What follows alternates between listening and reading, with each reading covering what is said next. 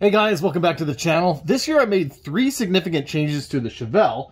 Was it worth it or was it not? Number 1, Wagner dual flow PCV valve. I haven't seen an oil leak since I put it on, so absolutely I would recommend it. Number 2, Edelbrock Air Gap intake manifold. I swapped out the YN Action Plus dual plane with a little bit of mild porting to the plenum. And this definitely makes a little bit more power, and I mean a little bit because we saw very small gains in the quarter mile. And so if you don't have an intake and you're looking for a dual plane, I highly recommend this intake.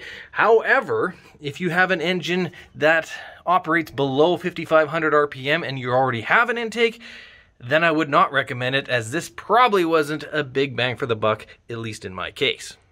Number 3, Borla Pro XS Muffler.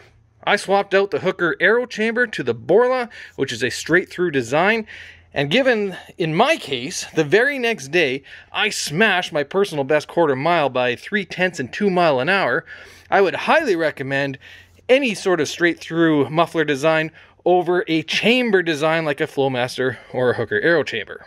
So those were the 3 changes that I made. Some made a big difference, some not so much. What did you guys change that either was worth it, maybe not? Leave a comment, like, subscribe. Thanks for watching.